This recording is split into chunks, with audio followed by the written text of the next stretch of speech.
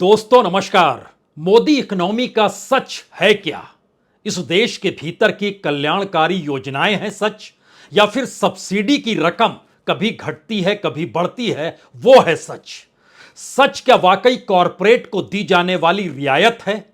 इस देश के भीतर टैक्स पेयर से और ज्यादा टैक्स लेना क्या खेल करना इकोनॉमी का खेल है? दरअसल 2024 के चुनाव जब नजदीक आ चुके हैं तो सरकार की सांस अब फूलने लगी है।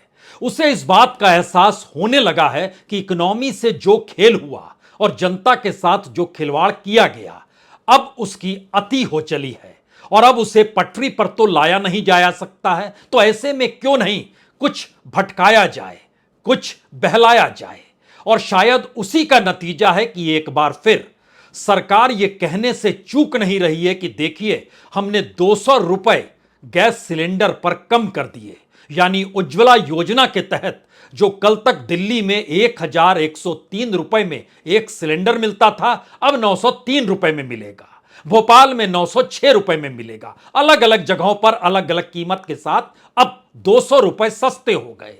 किसी ने यह सवाल नहीं पूछा, जब सब्सिडी नहीं थी तब गैस सिलेंडर 500 रुपए में कैसे मिल जाते थे, और सब्सिडी के बाद और सब्सिडी घटाने के बाद ये 900 रुपए में कैसे मिलते हैं? हमें लगता है कि आज इस अर्थशास्त्र का हर पन्ना को पढ़ने की जरूरत है। और जरूरत इसलिए है क्योंकि इसकी गंभीरता को, इस देश की अर्थव्यवस्था के साथ सत्ता के खिलवाड़ को आप समझ पाएंगे। शुरुआत इस बात से कर दी जाए कि रोज रोजगार मेला हर महीने एक दिन लगता है। प्रधानमंत्री आते हैं और कभी 50,000, कभी 75,000, कभी 70,000, कभी 71,000 नौकरियां बांटते हैं। बावजूद इसके कि इस देश में 43 करोड़ लोगों को मुद्रा योजना से लाभ मिल गया और जो रुपए उन पर बांटे गए और दिए गए वह तकरीबन 22 लाख करोड़ से ज्यादा के हैं। और सरकार हर बार यह कहने से चूकती नहीं है कि दरअसल मुद्रा योजना में जिसे पैसा मिला वह तो रोजगार देने की स्थिति में आ गया। यानी रोजगार अब वो मांगेगा नहीं, रोजगार देगा। और दूसरी तरफ प्रधानमंत्री जो रोजगार बांट रहे हैं उसमें स्टेशन मास्टर का रोजगार है, उसमें कांस्टेबल का रोजगार है, उसमें क्लर्क का रोजगार है। तो क्या किसी देश के प्रधानमंत्री को कांस्टेबल और क्लर्क का रोजगार बांटते हुए आपने देखा है? या फिर यह भी सुना होगा कि 22 लाख करोड़ रुपए मुद्रा योजना के तहत यह कहकर बांट दिए गए कि सभी ने अपना रोजगार शुरू कर लिया, तो इस देश के भीतर फिर तो कोई बेरोजगार होना ही नहीं चाहिए। पन्ने जब खुल रहे हैं तो इस पन्ने की शुरुआत सरकार की सब्सिडी से ही खोली जाए, क्योंकि 2023-24 के बजट में सरकार ने सब्सिडी कम कर दी थी, तकरीबन 1.5 लाख करोड़ से ज्यादा। अगर दस्तावेज के लिहाज से समझे तो सरकार ने खाद्य सब्सिडी एक झटके में लगभग 90,000 करोड़ रुपए कम की थी। इससे पहले के फाइनेंशियल ईयर में यह 2,87,000 करोड़ रुपए था, जो घटकर 1,97,000 करोड़ पर इस बार आ गया। उर्वरक जिसमें यूरिया भी आता है उसमें भी तकरीबन 50,000 करोड़ की सब्सिडी की कमी की गई। 2,25,000 करोड़ से घटाकर 1,75,000 कर दिया गया। और यूरिया का खुद का जिक्र करें तो 1,54,000 करोड़ का जो यूरिया पर सब्सिडी थी वह घटकर 1,31,000 करोड़ पर आकर टिक गई। लेकिन जिक्र तो हमने सिलेंडर से शुरू किया और सरकार ने भी आज कहा कि देखिए 200 रुपए कम कर रहे हैं।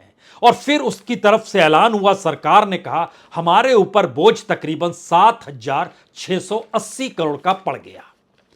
इसको ऐसे मत देखिए, सरकार की इस कलाबाजी को पहले समझ लीजिए, तब इसके भीतर के हर पेच को खोला जाएगा।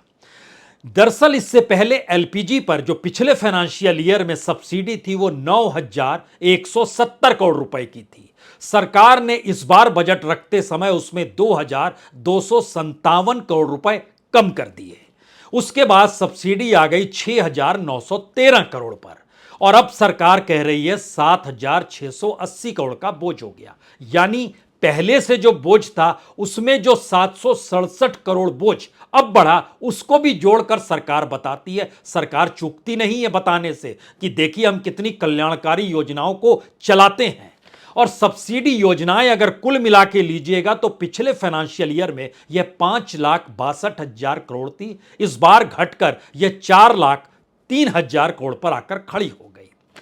तो क्या सब्सिडी को कम करना और चुनावी वर्ष होने के बाद उसमें कुछ बढ़ा देना और अपने हिस्से में इस बात को ले आना कि देखिए हमको घाटा हो रहा है और सारा काम हम अपने लिए कर रहे हैं, तो एक क्षण के लिए इस उज्ज्वला योजना से आगे पेट्रोलियम पदार्थों पर चले जाइए जहां पर सब्सिडी कम की गई थी। और सब्सिडी कम इस रूप में की गई कि आने वाले वक्त में किसी भी तरीके से कोई घाटा सरकार को ना हो, यानी वहां पर 2,25,000 करोड़ से सब्सिडी घटाकर 1,75,000 करोड़ कर दी गई।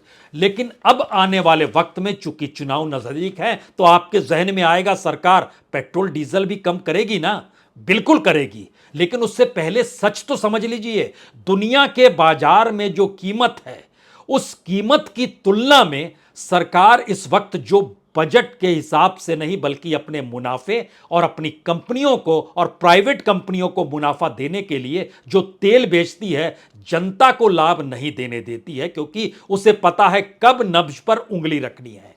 इसको इस रूप में समझिए कि इस फाइनेंशियल ईयर यानी 2023-24 के अप्रैल, मई, जून, जुलाई पहले 4 महीनों के भीतर में जो सरकार का जो बाहर से तेल मंगाने का बिल होता था उसमें तकरीबन 35% की कमी आ गई है।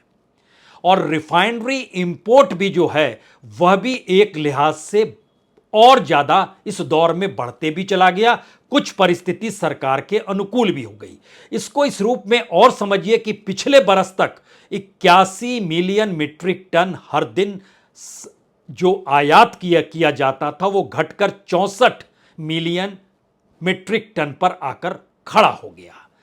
इस दौर में आयात कम हुआ, इस दौर में सरकार को लाभ होने लगा और उसका लाभ तमाम कंपनियों को हुआ है, चाहे उसमें इंडियन ऑयल को ले लीजिए, चाहे भारत पेट्रोलियम को ले लीजिए, चाहे हिंदुस्तान पेट्रोलियम को ले लीजिए, सबको लाभ हुआ है। और यह लाभ यह है कि लगभग 19 साढ़े $19 पर बैरल इंडियन ऑयल को लाभ होता है, भारत पेट्रोलियम को लगभग $20 से ज्यादा का लाभ प्रति बैरल होता है, $12 प्रति बैरल का लाभ हिंदुस्तान पेट्रोलियम का होता है।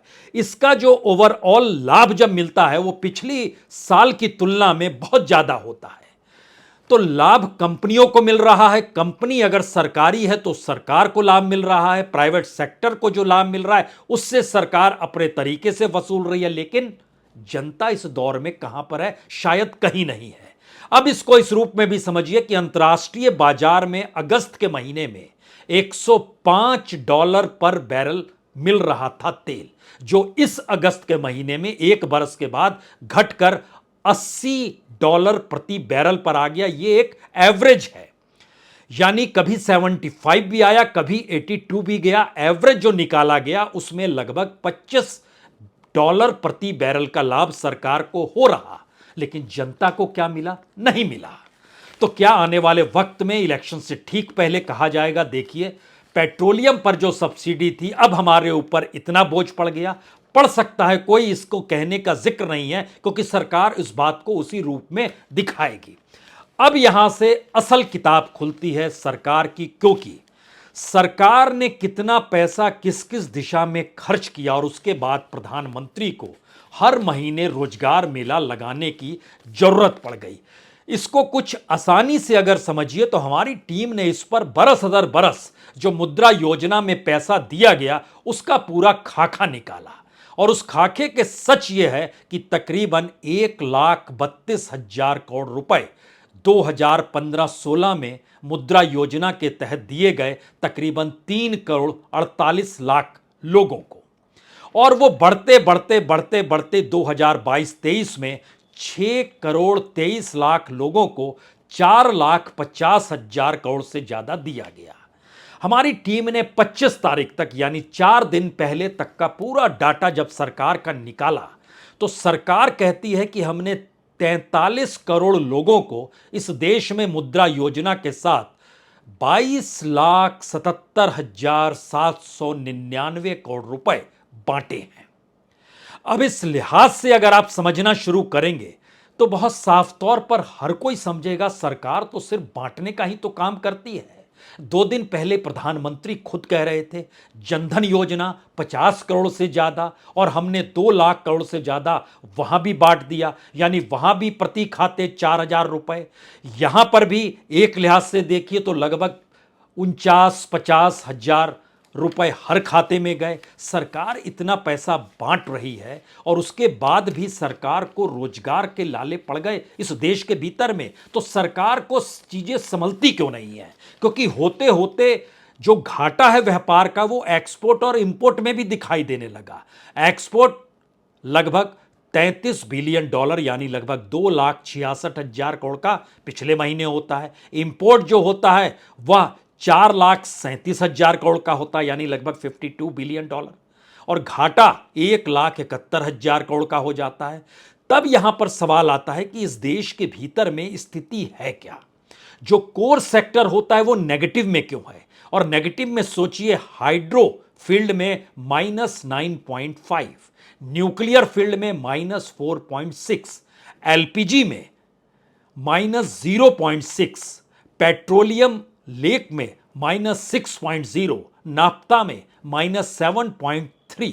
यह एक स्थिति दिखलाती है कि सरकार की ग्रोथ नेगेटिव में क्यों है। ऐसा नहीं है कि कहीं फायदे में नहीं, फायदे में है, कोल में फायदे में है, हाई स्पीड डीजल में फायदे में है, मोटर स्पिरिट में फायदे में है, लेकिन बेसिक चीज जब हम एक लकीर खींच रहे हैं तो देखिए नेगेटिव स्थिति ज्यादा है। चावल ज्यादा हो रहा है, गन्ना ज्यादा हो रहा है, लेकिन दाल -9% है, ऑयल सीड -2% है। यह क्या दिखलाता है? यह दिखलाता है कि दरअसल इकोनॉमी का विजन इस देश के लोगों के साथ कैसे जुड़ जाए, रोजगार कैसे पैदा हो, इंडस्ट्री कैसे चलने लगे, उत्पादन कैसे बढ़ने लगे, उस दिशा में इकोनॉमी नहीं जा रही है। हमारी इकोनॉमी ने कमाल कर दिया है, कॉरपोरेट को रियायत दी और जनता में पैसा बांटने का काम शुरू किया। इस दोनों परिस्थिति में असमानता इस देश के भीतर इतनी बढ़ती चली गई कि जीडीपी का बढ़ना भी रोजगार को बढ़ा नहीं पाता है, यानी एक मोदी इकोनॉमी का एक अलग ही मंत्र है। और शायद इसीलिए जब आप उसके भीतर की परिस्थिति में जाएंगे और समझना शुरू करेंगे तो एक एक चीज समझिए। जो रिपोर्ट निकल कर आती है पीरियोडिक लेबर फोर्स सर्वे 2017-18 में, उसने एक इंडिकेशन दिया था इस देश के भीतर में जो स्थिति 1971-72 में थी वैसे ही बेरोजगार की स्थिति अभी आकर खड़ी हो गई। यहां पर सरकार ने कोविड का जिक्र कर दिया तो हमें लगा और हमारी टीम को लगा कि कोविड से पहले का सच कभी बताएं, कोविड के साल का भी सच बताइए और कोविड के बाद का भी सच बताइए। उसमें जानकारी निकल कर आई कि कोविड से पहले अगर 3 बरस का आप जिक्र करते हैं 2017 में एम्प्लॉयमेंट रेट -0.3%, 2018 में -1.3%, 2019 में -0.7%। उसके बाद कोविड आ गया। कोविड में क्या हुआ? -5.3 चला गया। कोविड के बाद लौटे तो क्या हुआ? कोविड के बाद की स्थिति 3.8% पे आती है। 2022 में ये 1% पर आ जाती है और इस बरस 1.1% के इर्द गिर्द है। जीडीपी इस दौर में बढ़ी और 9% तक गई। हालांकि 2023-24 में माना जा रहा है 6% के इर्द गिर्द रहेगी, लेकिन इंप्लॉयमेंट रेट नहीं है। अब यहां पर अगला सवाल था कंस्ट्रक्शन का क्षेत्र, मैन्युफैक्चरिंग का सेक्टर। सरकार के हिसाब से वहां नेगेटिव एस्पेक्ट है जो सरकार के अपने डाटा बतलाते हैं। सर्विस सेक्टर में जरूर आगे, लेकिन वो टेक्नोलॉजी से जुड़ा हुआ है और टेक्नोलॉजी अंतर्राष्ट्रीय तौर पर चीजों को देखती है। तो टेक फील्ड में यानी सर्विस सेक्टर में जो ग्रोथ होता है उस ग्रोथ को सरकार दिखा देती है। लेकिन इस देश के मजदूरों की स्थिति, दिहाड़ियों की स्थिति, महिलाओं की स्थिति जो काम करना चाहती है उनके पास काम नहीं। तो ऐसे में 5 पॉलिसी को एक क्षण के लिए आप परख लीजिए, तब आपके सामने कुछ और चीजें साफ होंगी। इंडस्ट्रियल पॉलिसी, पूंजी पर पूरी व्यवस्था को टिका दीजिए, लेबर वहां से गायब कर दीजिए। ऐसी इंडस्ट्रियल पॉलिसी का मतलब यह है कि जो इंडस्ट्री संभाले हुए व्यक्ति होगा वो नेटवर्क तो बढ़ता हुआ दिखा देगा, लेकिन रोजगार उसके यहां नहीं मिलेगा। जो रोजगार होगा वह भी कम होते चला जाएगा। एग्रीकल्चर पॉलिसी, लागत मिल जाए इस दिशा में काम कीजिए, कमाई कैसे होगी, इस दिशा में काम मत कीजिए। तो जो रिफॉर्म भी एग्रीकल्चर को लेकर था वह क्यों कॉरपोरेट और इंडस्ट्री के हिस्से में जा रहा था, यह बताने की जरूरत होनी नहीं चाहिए, क्योंकि पूरा रिफॉर्म अगर पूंजी पर टिक जाएगा तो जिसके पास पैसा होगा वही चलेगा। इसीलिए एमएसएमई एक के बाद एक बंद होने लगे। और तीसरा एमएसएमई पॉलिसी ही है। राहत की व्यवस्था तो की गई कि लोन दे दो, कर्ज दे दो, सस्ते में कर्ज दे दो, लेकिन डेवलपमेंट उनका कैसे हो कोई ध्यान नहीं है।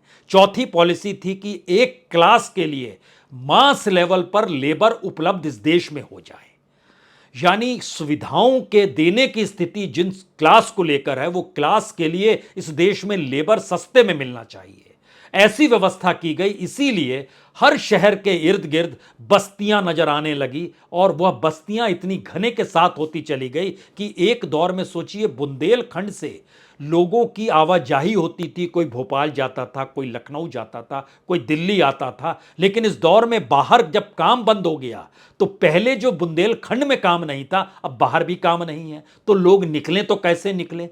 यह एक नई स्थिति इस देश के भीतर में आ गई। और आखिरी पॉलिसी सरकार की पॉलिटिकल कैडर के इर्द गिर्द आकर खड़ी हो गई।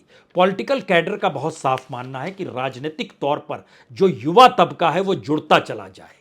और इसीलिए जब हम इन बातों का जिक्र कर रहे हैं तो एक क्षण के लिए सोचिए कि प्रधानमंत्री जिस रोजगार मेले को लगाते हैं उसमें उन्होंने अभी तक कितनी नौकरियां किस रूप में बांटी होंगी। तकरीबन 4 लाख नौकरियां वो बांट चुके हैं। लेकिन हमें लगता है वो लिस्ट आपके सामने होनी चाहिए कि किस स्तर पे किस तरीके की नौकरी दी जा रही है। Train manager, station master, senior commercial ticket clerk, inspector, sub inspector, constable, stenographer, junior accountant, postal assistant, income tax inspector, शिक्षक यानी teacher, nurse, librarian, assistant professor, PA की नियुक्ति भी होती है जो अलग अलग ऑफिसेज में, उसके भी वो बांट रहे हैं। सोशल सिक्योरिटी ऑफिसर, ग्रामीण डाक सेवक जो डाक पहुंचाता है उसका भी उन्होंने नियुक्ति पत्र बांटा है। तो आपके सामने कुछ सवाल साफ होने चाहिए। किसान सम्मान निधि 2,000 रुपए हर 4 महीने में दिए जाते हैं और वह किस रूप में बढ़ते चले गए और कितने लाख करोड़ इस दौर में दे दिए गए वह आंकड़ा एक अलग है। लेकिन उसके साथ सरकार ये बताने से नहीं चूकती है कि हम लोगों ने 3 करोड़ किसानों से पैसे की शुरुआत की थी, लेकिन ये बढ़ते बढ़ते आज की तारीख में 11 करोड़ पार कर गया। लेकिन स्थिति किसानों की नहीं सुधरी। मुद्रा योजना जिनको पैसा 43 करोड़ को बांटा गया, 22 लाख करोड़ से ज्यादा, स्थिति उनकी नहीं सुधरी। प्रधानमंत्री आवास भी बांटते हैं और जो गरीब लोग होते हैं उनको जो सब्सिडी मिलती थी कर्ज देने की, उस कर्ज और उस ब्याज दर पे जो सब्सिडी थी इस दौर में सरकार ने वह भी छीन लिया। क्योंकि हमारी टीम ने निकाला कि जो स्थिति इस दौर में नाजुक हो गई उसके आंकड़े आपको हमको लगता है बता दें कि जो ब्याज सब्सिडी हुआ करती थी वह 37,536 करोड़ पिछले फाइनेंशियल ईयर में थी, उसमें 10,000 करोड़ की उसमें भी कमी कर दी गई और यह 27,564 करोड़ पर आ गया। 5 किलो अनाज बांटने की प्रक्रिया में यह देश आ गया। गरीब कल्याण योजना के जरिए 1,70,000 करोड़ का बजट चलने लगा। लेकिन स्थिति देश के भीतर गरीबी की नाजुक रही। नौकरियां सरकार बांट ही रही है। तो किसी भी क्षेत्र में पैसे को बांटना, किसी भी क्षेत्र में सब्सिडी को कम करना, कभी कम करने के बावजूद सब्सिडी को बढ़ा देना। लेकिन जब सब्सिडी नहीं थी, दिल्ली में अगर 500 रुपए में सिलेंडर मिलता था तो सब्सिडी के बाद दिल्ली में 903 रुपए में अब सिलेंडर मिलेगा, तो जनता क्या चाहेगी? सब्सिडी चाहेगी या नहीं चाहेगी? तो अपने अनुकूल ही पूरी इकोनॉमी को चलाना जो मोदी इकोनॉमी का मंत्र था, उसके दायरे में इस देश की हर योजना आती चली गई। और सरकार ने कहा देखिए हमने पिरामिड को उलट दिया है और अब जो है जनता के लिए सरकार है। मुश्किल क्या थी? पिरामिड उल्टा जरूर, लेकिन उसके साथ जो पूंजी थी वह पूंजी उस नोक पर ही जाकर और बड़ी हो गई जहां पर रियायत और राहत देनी थी। इसीलिए कॉरपोरेट की पूंजी में जो इजाफा होता है वह 10 लाख करोड़ से ज्यादा का होता है और सब्सिडी घटकर 5 लाख करोड़ से नीचे आ जाती है। अब इसके आखिरी चैप्टर जब आप खोलेंगे तो आपके सामने 3 बड़े सवाल होंगे। पहला सवाल यह होगा, क्या वाकई इस दौर में सरकार ने कोई काम रोजगार को लेकर नहीं किया? जिस खुदकुशी का भी कहता है कि इकोनॉमिक ग्रोथ जो होता है वह अनएम्प्लॉयमेंट से कैसे जुड़ सकता है, लेकिन यह भी इस देश के भीतर में हो गया। तब सवाल यह था, क्या यह पूरी इकोनॉमी का खेल सरकार ने सिर्फ और सिर्फ मौजूदा वक्त में पीएमओ को ताकतवर बनाते हुए प्रधानमंत्री के हाथ में सारे के सारे हथियार और औजार थमा दिए कि इस देश का पूरा सिस्टम धराशायी हो जाए, और कहीं कोई इस बात की आहट ही ना हो कि दरअसल कल अगर तेल की कीमत कम हो जाए तो कोई कैसे पूछेगा कि बाजार में कीमत कम हुई थी कि आपने कर दिया, तो आप कहेंगे आपने कर दिया। तो फिर जो रैंकिंग हो रही थी कि जो अंतर्राष्ट्रीय बाजार में कीमत होगी उसके लिहाज से भारत के बाजार सेट होंगे, वो पूरा सिस्टम चरमरा गया। जो पूरी की पूरी नौकरी देने की व्यवस्था थी, जो स्टेट बोर्ड होता था या जो यूजीसी तक आइएगा, वह पूरा सिस्टम एक झटके में लड़खड़ा गया, क्योंकि पीएमओ की साइट में एक रोजगार मेला की साइट है, आप वहां अप्लाई कर दीजिए, वह वहां काट छाट करेंगे और रोजगार का ऐलान कर देंगे, जो आपके अनुकूल, उनके अनुकूल या किसी के अनुकूल होगा। तो एक सिस्टम जो पूरे देश में बना हुआ था, वो सिस्टम एक झटके में उसकी पूरी पाइपलाइन को पीएमओ की तरफ मोड़ा गया, और उस पाइपलाइन पे जिसको नल खोलना और बंद करना है वह पीएम के हाथ में दे दिया गया। तो इस देश के भीतर की हर योजना पॉलिटिकल हो गई, और पॉलिटिकल योजना के जरिए बीजेपी को क्या लाभ राजनीतिक तौर पर मिल सकता है, इस दिशा में पूरी की पूरी पहल हर मंत्रालय करने लगा। क्योंकि दिसंबर के महीने में सरकार बताती है 9 लाख से ज्यादा पद खाली पड़े हैं। उससे 2 महीने पहले प्रधानमंत्री कहते हैं हम 10 लाख रोजगार पैदा कर देंगे, यानी अलग अलग मंत्रालयों में दे देंगे। लेकिन अब जब सामने आ रहा है कि किस किस पद के लिए कैसे कैसे रोजगार को पैदा किया जा रहा है और दिया जा रहा है, तो उसमें फिर वो बात निकल कर आ रही है, जो पद खाली पड़े हैं वहां पर भर्ती क्यों नहीं हो पा रही है। सेंट्रल यूनिवर्सिटीज में एजुकेशन प्रोसेस को देखिए, वहां पूरी सीटें 50% से ज्यादा खाली पड़ी है, भर्ती क्यों नहीं हो रही है। ऐसे बहुत सारे सवाल आपके जहन में आएंगे, लेकिन पहला सवाल तो यही है, पूरे सिस्टम को इस दौर में खत्म किया गया, पाइपलाइन को पीएमओ की तरफ मोड़ा गया, और जो पॉलिटिकल प्रोसेस में आकर खड़ी हो गई। दूसरी स्थिति, क्या वाकई इस दौर में बजट कोई मायने नहीं रखता है जो हर बरस रखा जाता है। तो ध्यान दीजिए, बजट में आंकड़ों को बताने से सरकार घबराने और कतराने लगी। उसने विकसित भारत का सपना 2047 के लिए पैदा किया, और उस जुनून से पहले 5 ट्रिलियन की इकोनॉमी का पैदा किया था, जो संयोग से 2025 में हो जाना चाहिए, जो हो नहीं पाएगा, क्योंकि जिस 5 ट्रिलियन की इकोनॉमी के दायरे में हमारा एग्रीकल्चर, हमारे किसान, हमारे मजदूर, हमारा युवा तबका, डिग्रीधारी रोजगार जो मिलने चाहिए, वह माइनस में चले गए हैं। तो कैसे होगा। तो एक सपने को जगाने के लिए राजनीतिक तौर पर क्या इस देश की उस इकोनॉमी से भी खिलवाड़ हुआ जो हर बरस एक बजट के तौर पर सामने आती है। और तीसरी परिस्थिति, दरअसल 2024 को लेकर सरकार की सांसें इसलिए फूल रही हैं कि राजनीतिक तौर पर वह उस हार को कैसे बर्दाश्त करेगी, जहां पर उसने वो तमाम सपने सामने रख दिए, वो तमाम पॉलिसी सामने रख दी, वो तमाम वेलफेयर स्कीम सामने रख दी, और इन सुविधाओं के बीच अगर हार जाते हैं तो आने वाले वक्त में बीजेपी का तो सुपड़ा साफ जमीन पर से हो जाएगा कि क्या पार्टी ऐसे चल रही थी। सवाल यहां यह नहीं है कि इससे पहले कांग्रेस ने कितनी बेरोजगारी दी, किस रूप में इस देश के भीतर की इकोनॉमी से उसने भी खिलवाड़ किया। सवाल यह है कि बीते 9 बरस से इस देश में अभी क्या हो रहा है, और आने वाले वक्त में यह परिस्थिति कहीं और नाजुक तो नहीं हो जाएगी। दिशा तो यही है, समझने की बात है। इसीलिए उज्ज्वला योजना की 200 रुपए की छूट जब जहन में आए तो एक सवाल किसी बीजेपी के नेता से पूछ ही लीजिएगा। 22 लाख करोड़ रुपए आपने मुद्रा योजना के तहत जो बांटे हैं, उसमें किसी भी तरह से 100 लोगों के नाम बता सकते हैं कि इन्होंने रोजगार बनाया और फिर रोजगार देने की स्थिति में आ गए। 43 करोड़ लोगों की जानकारी नहीं चाहते हैं, सिर्फ 100 लोग बता पाएगी सरकार, या मोदी इकोनॉमी का मंत्र ही कुछ ऐसा है जिसमें हम आप उलझ कर रह जाएं। जी नहीं, पर्दा हटाइए, हटाने का वक्त है। बहुत बहुत शुक्रिया, बहुत बहुत शुक्रिया।